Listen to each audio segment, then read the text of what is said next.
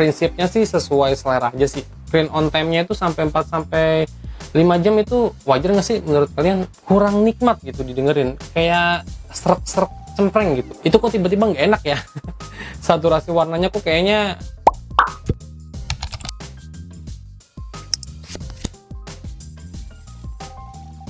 Halo semuanya, balik lagi sama gue Vengga. Oke, di video gue kali ini gue mau ngebahas tentang si Poco F3. Nah, pasti banyak kalian yang menunggu nih kelebihan dan kekurangan dari si Poco F3. Ini Poco F3 udah gue pakai atau gue beli selama kurang lebih seminggu belakangan ini ya. Jadi seminggu ini buat gue cukup lah untuk buat sharing ke kalian gimana pemakaian gue tentang Poco F3 ini, sepengalaman pribadi gue yang akan gue sharing ke kalian. Oke, yang pertama gue kasih yang enak-enaknya dulu aja ya. Yang pertama, hardware atau SoC atau prosesor atau gaming. Nggak usah diragukan lagi, Snapdragon 870 Genshin Impact ya, walaupun masih di mainnya itu di medium ya, grafik medium, tapi bisa FPS-nya sampai 60 kok. Bisa kita setting 60 FPS di medium, itu cakep. Main game udah auto lancar, main Call of Duty Mobile, PUBG Mobile, Mobile Legends apalagi udah auto, gak usah kalian ragukan lagi. Poco F3 Poco F3 ini gue hampir mau nyebut Poco F3 NFC. Poco F3 ini gak usah diragukan lagi dalam kalian bermain game, ini udah auto lancar jaya. Oke, lalu dari segi build quality atau kenyamanan menggenggam, karena build quality di handphone Poco F3 ini udah cakep sih menurut gua. Jadi ketika kita memegang si Poco F3 ini enak, nyaman. Jadi nggak ini ya, nggak apa sih namanya, nggak berat juga enggak. Jadi desainnya juga menurut gua dengan kehadiran punch hole di tengahnya itu nyaman. Apalagi layarnya itu udah kelapisi Corning Gorilla Glass berapa ya, 3 apa 5 ya, gue lupa, kalian tulis aja di kolom komentar, gue lupa. Tapi untuk build quality-nya itu digenggam enak, dipandang juga enak, apalagi setelah gue pakein stiker ala-ala karbon begini. Nah, untuk videonya udah ada, gue pasang video ala skin ala karbon ini, jadi kelihatan tambah keren aja gitu, tambah keren untuk si Poco F3 nya.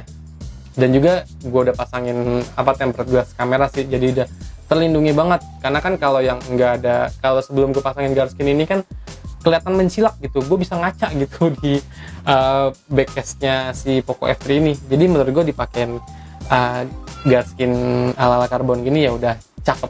Di build quality-nya menurut gue cakep. Selanjutnya adalah layarnya. Kalian yang udah pegang Poco F3 juga pasti kalian mengagum-agumkan layarnya. Jadi layarnya itu udah AMOLED-nya itu kecerahan brightness-nya tuh, nitsnya tuh udah cakep banget. Diajak di bawah sinar matahari terik itu juga masih kelihatan. Apalagi ketika kita menonton serial-serial film ataupun film di Netflix ataupun di Disney Hotstar, itu udah cakep banget. Gambar tajam, jernih, udah ada HDR 10-nya, jadi menikmati konten-konten nonton film itu udah cakep banget. Ditambah layarnya juga udah lumayan besarnya, tapi bukan besar melebar ya, tapi besar memanjang.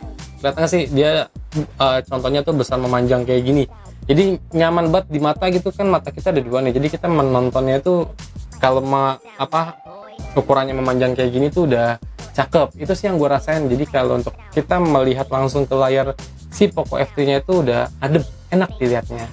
Lagi kalau kita nonton lama-lama berjam-jam atau sekedar bermain game juga, warnanya udah hidup, tajam, saturasinya keluar karena berkat layar Super AMOLED-nya. Udah cakep untuk layarnya. Oke, lanjut di konektivitas. Nih ya, konektivitas menurut gua ini udah cakep sih. Adanya WiFi 6 itu berasa banget ya. Apa cuman gua tahu handphone kalian juga yang udah F3?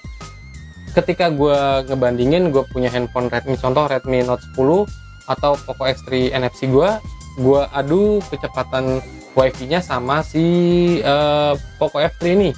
Karena kan Poco F3 ini kan Wi-Fi-nya kan udah Wi-Fi 6. Nah itu otomatis sudah mungkin ya, bukan mungkin sih, udah dari angkanya aja udah berbeda, otomatis sudah lebih baik lagi dari generasi sebelumnya. Dan yang gue rasakan juga seperti itu. Di wifi rumah gue pasangin handphone yang konektivitasnya wifi-nya sebelum wifi 6 itu gue adu sama yang wifi 6 Poco F3. Itu lebih cepetan di wifi 6 nya Poco F3 untuk hal sekedar nonton YouTube ataupun download. Biasanya download yang berasa banget, download tuh lebih kencang di Poco F3. Jadi untuk konektivitasnya udah cakep, apalagi ada remote juga masih hadir. Ditambah mungkin minusnya ya earphone jacknya aja udah nggak ada, karena memang handphone flagship zaman sekarang itu earphone jacknya tuh udah dihilangkan, karena memang zaman sekarang kan udah ada konektivitas headset yang Bluetooth ya, wireless itu udah, ya menurut gua itu kelemahan sih. Tapi kalau untuk di lain itu konektivitasnya udah lancar, udah enak. Oke, mungkin untuk kelebihannya yang gue rasain sih baru segitu aja dulu untuk yang gue bisa sharing ke kalian. Kali ini gue mau ngebahas yang nggak enaknya dari si Poco F3 ini. Yang pertama, ini apa handphone gue aja atau handphone kalian juga, menurut gue baterainya itu agak lumayan cepet ya.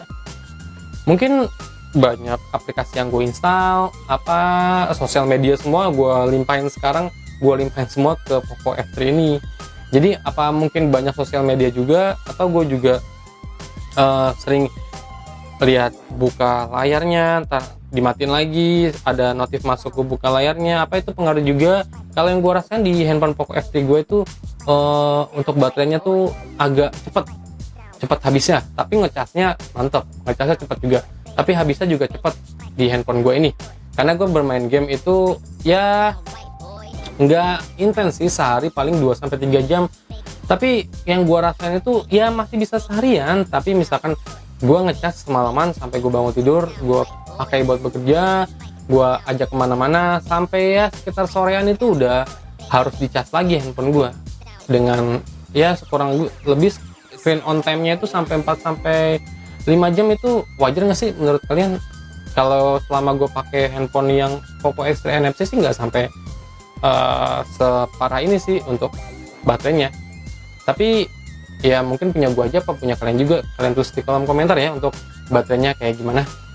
Lanjut, yang gak enak yang kedua itu ada di suaranya. Suara speakernya tuh menurut gue kurang nikmat gitu didengerin, kayak serak-serak cempreng gitu. Gimana sih, katanya udah Dolby Atmos tapi kok masih gini-gini aja. Ya mungkin gue baca-baca juga di forum untuk audionya itu nanti pada saat update selanjutnya itu baru dibenahi. Kalau yang sekarang ini pakai aja yang udah ada dulu. Ya mungkin audionya kurang enak, kurang nyaman, ya mungkin di update software selanjutnya itu bakal ada si Dolby Atmos-nya. Tapi untuk saat ini yang gue rasakan selama seminggu pemakaian itu masih kurang enak, masih nggak nyaman banget. Beda sama Poco X3 NFC yang gue pakai itu udah enak, tapi yang ini di Poco F3 itu udah masih nggak nyaman menurut pribadi gue. Yang terakhir mungkin sama kameranya ya. Tapi kalau kamera sih ya prinsipnya sih sesuai selera aja sih. Kalau gue sebagai pencinta fotografer itu menurut gue Poco F3 ini sama aja kayak handphone di Poco F3 NFC ya. Ya handphone kelas 3 jutaan lah ini si kameranya ini, bukan handphone kelas 5 jutaan, enggak, handphone kelas 3 jutaan untuk kameranya. Pemotretannya hasil fotonya tuh sama kayak handphone kelas 3 jutaan kalau menurut pribadi gue. Tapi ada tapinya nih, ketika kalian foto suatu objek atau landscape itu, ketika kita melihatnya langsung di layarnya si Poco F3 ini kelihatan cakep, tajam, ngegonjreng karena berkat layar Super AMOLED-nya. Ketika kalian pindahin di komputer atau kalian pindahin di handphone yang layar IPS, itu kok tiba-tiba nggak enak ya. Saturasi warnanya kok kayaknya biasa aja gitu, kayak handphone 3 jutaan pada umumnya. Tapi ketika kita langsung melihat di layarnya ini cakep, warnanya hidup gitu, kecerahannya juga cakep. Tapi ketika kita pindah ke komputer atau ke handphone itu ya hasil kamera 3 jutaan, gue nggak tahu kenapa. Tapi kalau untuk stabilisasi videonya udah cakep, 4K itu bisa stabil, 4K stabil, sama kamera depannya juga udah stabil. enak dipakai. Tapi kalau kalian ngincar di fotografernya, ya kalian harus butuh ekstra edit lagi, edit di Lightroom atau Photoshop, itu kalian harus bisa ekstra edit lagi kalau untuk mendapatkan hasil yang ciamik, hasil yang cakep. Nah, mungkin segitu dulu aja yang bisa gue sharing ke kalian sekitar seminggu pemakaian gue di Poco F3 ini. Sharing pengalaman pribadi gue, menurut pribadi gue sendiri. Kalau kalian ada yang perbedaan dengan gue, handphone kalian sama-sama Poco F3 tapi pengalaman kalian berbeda, kalian tulis aja di kolom komentar pada video gue ini ya. Semoga bermanfaat buat kalian sharing gue kali ini, dan sampai ketemu di video gue selanjutnya. Venga pamit, bye.